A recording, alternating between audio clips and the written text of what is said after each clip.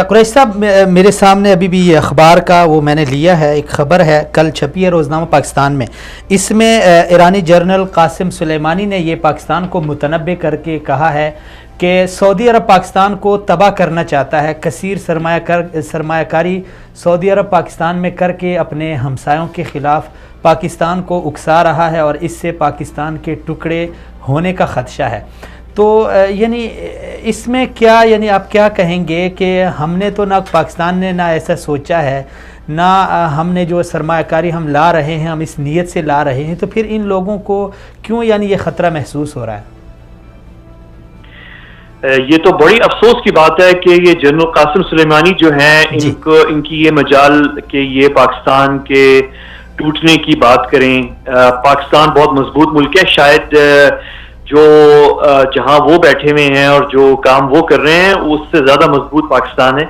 یہ اچھی بات نہیں ہے۔ جنرل قاسم سلیمانی جو ہے وہ اپنے ملک کے لیے بہت اچھے ہوں گے، لیکن ان کا رول جو ہے، کردار،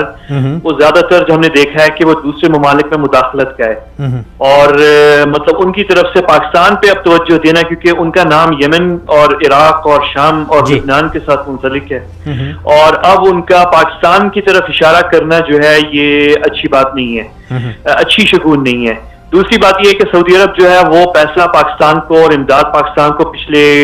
30 سال سے یا زیادہ سے دے رہا ہے، آج تک تو اس کا کوئی نقصان نہیں ہوا، تو اب کیا نقصان ہونا ہے؟ اور سعودی عرب نے تو نہ اپنے پاس کوئی گلبشن یہ دف چھپایا تھا، نہ بھارت سے مل کے جو ہے پاکستان کی شہروں کے اندر دہشت گردی کروائی تھی، تو بلکہ ہمیں تو بہت سارے ہمارے جو ہیں سیکیورٹی،